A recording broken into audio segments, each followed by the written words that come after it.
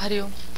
अम, मी मेघावीरा सुधाकर इंजल, गडिंग्लज उपासना केंद्र. 2012 साली आमचं लग्न झालं. मिस्टर कंडक्टर आहेत आणि मी एका शाळेमध्ये क्लर्क म्हणून काम करते. नोकरीनिमित्त आम्ही गडिंग्लजला राहायला यायचं ठरवलं.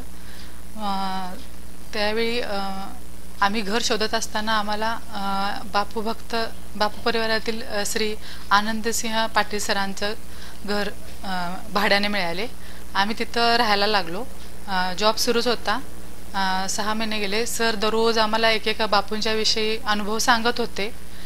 मी साईभक्त होते, त्यामुळं थोडं जरा शंका वाटत होती. आणि माझे मिस्टर स्वामी समर्थ भक्त होते. सर दररोज येऊन कृपासिंधू द्यायचे मला वाचायला. मी दररोज अनुभव वाचायची. थोडं असं जावं की नको असा विचार यायचा मनात. सरांनी एक दिवस म्हटले की आज उपासनेला नक्की यायचंच, म्हणून आम्हा दोघांनाही त्यांनी गडिंग्लज उपासना केंद्राला नेले.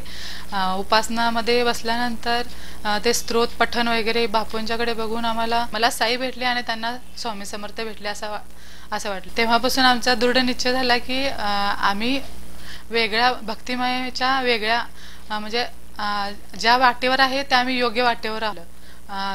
जॉब सुरूच होता. 1.5 वर्ष झाली लग्नाला. आम्हाला मूल काय होत नव्हतं. गडिंग्लज शहरातील डॉक्टरांची ट्रीटमेंट सुरू झाली. एका डॉक्टरांनी आम्हाला सांगितलं की गर्भाशयाच्या पिशवीला पाण्याची गाठ आहे, ती ऑपरेशन करून तुम्हाला काढावीच लागणार. त्यासाठी ऑपरेशनची तारीख त्यांनी ठरवली. तो दिवस निश्चित केला. त्या दिवशी आम्ही बापूंचा आशीर्वाद घेतला, कृपासिंधूजवळ घेतलं. सगळी तयारीनिशी आम्ही हॉस्पिटलमध्ये गेलो. पैसे जमा केले. ऑपरेशन थिएटरमध्ये सुद्धा मी गेले. आणि अचानक मला खोकला सुरू झाला. इतका खोकला सुरू झाला की नर्सने पाणी देऊन बघितलं, छातीवर थपथपून बघितलं, खोकला काही थांबतच नव्हता. डॉक्टरांनी ते खोकल्याचं ऐकलं आणि सांगितलं की ऑपरेशन कॅन्सल करा, त्यांना पुढची तारीख द्या. आणि मग तसं त्यांनी मिस्टरांना कळवले. आम्ही त्या हॉस्पिटलमधून बाहेर पडून 5-10 सेकंदच झाले असतील, माझा खोकला पूर्णतः थांबला. अचानक थांबला. जशी काही बापूंची इच्छा होती की ऑपरेशन होऊच नाही. मग 1 महिना गेला. उपासना सुरूच होती. बापूंचीच इच्छा असेल असे आम्ही म्हटलं आणि सोडून दिला विषय. परत एका 10-15 दिवसांनी दुसऱ्या डॉक्टरांच्याकडे दाखवायला गेलो. तर त्या डॉक्टरांनी सांगितलं की तुम्हाला मूल होणं शक्यच नाही आहे. ते ऐकलं आणि पायाखालची जमीनच माझी सरकली. आता म्हणजे एकदम आत्मविश्वास ढळलाच की आता काहीच नाही. घरी आल्यानंतर मी बापूंच्या समोर खूप रडले, कारण मला मातृत्वाचं सुख पाहिजेच होतं. मग आमच्या पाटील काकी म्हणाल्या की आपण सुचितदादांना दाखवायला जाऊया. श्री गुरु क्षेत्रामध्ये गेलो. खूप छान वाटलं. मग आम्ही सुचितदादांच्याकडे गेलो.